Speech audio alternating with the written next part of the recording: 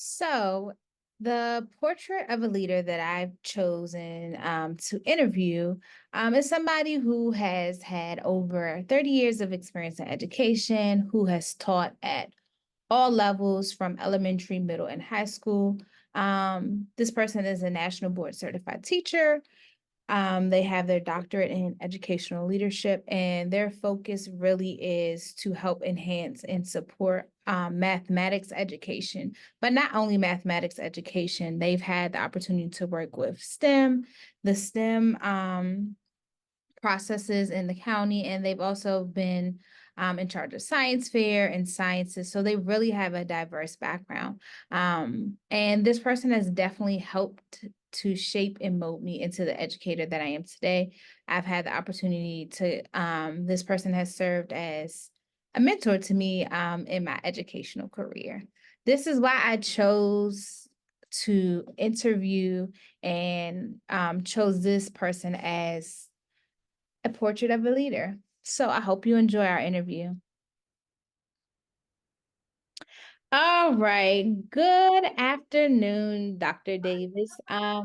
Would you mind introducing yourself? Yes, I am Myrtle Davis. I am currently employed with Prince George's County Public School System. I serve as a district elementary mathematics resource teacher. And in that role, I have the opportunity to support other mathematics leaders in schools, helping them to develop uh, targeted support for teachers so that they can impact the learning, the mathematics love in elementary mathematics students. All right. Thank you so much. So I have a question for you. Can you briefly describe some of the leadership qualities that it takes to be this mathematics leader in the district and how some of your roles might spill over into the state or national level? Okay, certainly. Thank you for the question. So as a leader, one of the things you have to recognize is an understanding of the people that you're leading. And so in my role, I mostly work with adults. And so it's critical to understand adult learning theory, really respecting their needs as learners and through collaborative conversations and collaboration, recognizing that while the need that you see may not be a need that they see. And so we want equity in mathematics for all students. And so we want to be able to develop that equity at the elementary level. So we recognize that in elementary mathematics, we're laying that foundation. So, working with the elementary mathematics leaders, the adult learners, provides an opportunity for me to provide equity to mathematics students. So, when the teacher's capacity is developed, it supports the learning opportunities for the students, all learners. So, providing equity. Thank At this Oh, go ahead. At the state level. I've had an opportunity to work at the state level. One of the needs that we saw in our district, and it was a need across the state, was additional content capacity building in elementary teachers. Through some of my research, I recognized that a lot of elementary mathematics teachers teach elementary because of their anxiety or their phobias towards mathematics.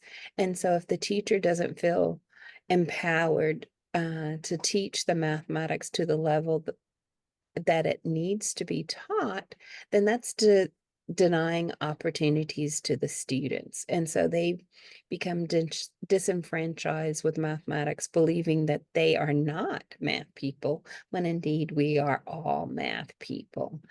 And so, through my partnership with the state as a representative for the district, I was able to work to develop a kindergarten through second grade teaching and learning mathematics course, and I have had the pleasure to facilitate that course over the past several years.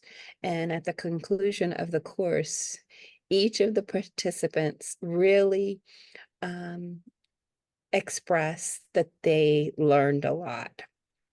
Recognizing that in many instances when they entered the course, they had some math anxieties, but really feeling empowered that they are now able to teach mathematics with the understanding and the development that's needed for elementary students. And so that is some of the things that I've done.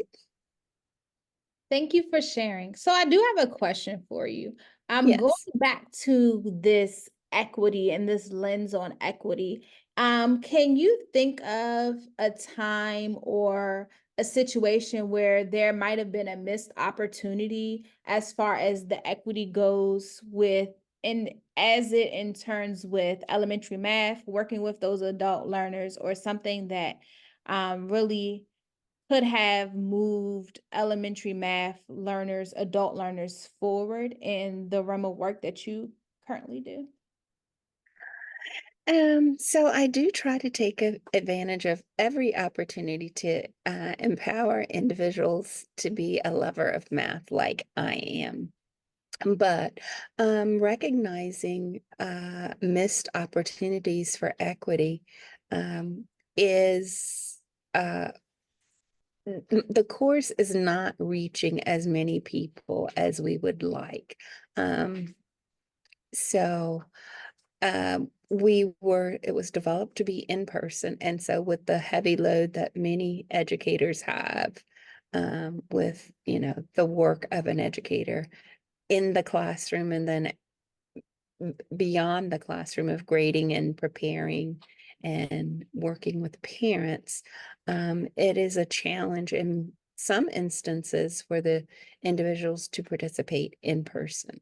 And so we have looked at providing online or virtual engagement with the course, but there is a need for that face-to-face interactions. So that when we talk about you can use these hands-on visual materials, the participants have an opportunity to actually engage with hands-on visual materials to make the mathematics learning concrete. And so when they have those experiences for themselves, they become the learner that their students are expected to be. And so they've actually had an opportunity to engage and practice those skills as well. So also, it has been asked for us to offer the course during the summer, and that is not something that we do. Because of my other duties that I have in my role, we do not offer a summer course for the participants. So it's a missed opportunity, and we're continuing to work to see how some of those opportunities can be resolved. Thank you so much for talking with me. So I'll take this time later to kind of go through a personal reflection of who you are and an overview of who you are as a teacher later. But thank you so much, Dr. Davis, for taking this time to talk with me today. Do you have any other things that you would like to add to the conversation before we depart? The only thing I would say is equity starts in elementary. So if we're providing opportunities for students and teachers to equity in mathematics at the very, very beginning, we're doing a great enhancement for our current leaders and our developing our future leaders simultaneously. All right. Thank you so much, Dr. Davis. My pleasure. Enjoy. And it was a pleasure meeting you and talking with you today. So I hope you enjoy my interview with Dr. Davis. One of the biggest things as reflecting on the interview and why I chose her as my portrait of a leader is because she's my mother. So she really instilled who I am today as an educator, who I am today as a person. And I am truly grateful that I was able to have a role model in education to help me build and become the educator that I am today.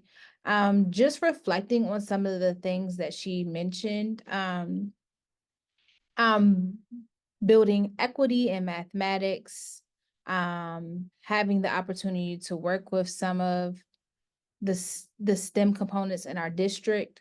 She's also, I've been able to shadow her on different occasions with some of the things that she's done, and I've been able to kind of take notes of some things that I would like to do in the future. So that the biggest reason I chose her was because she was my own personal role model that I've been able to look up to since I was a child.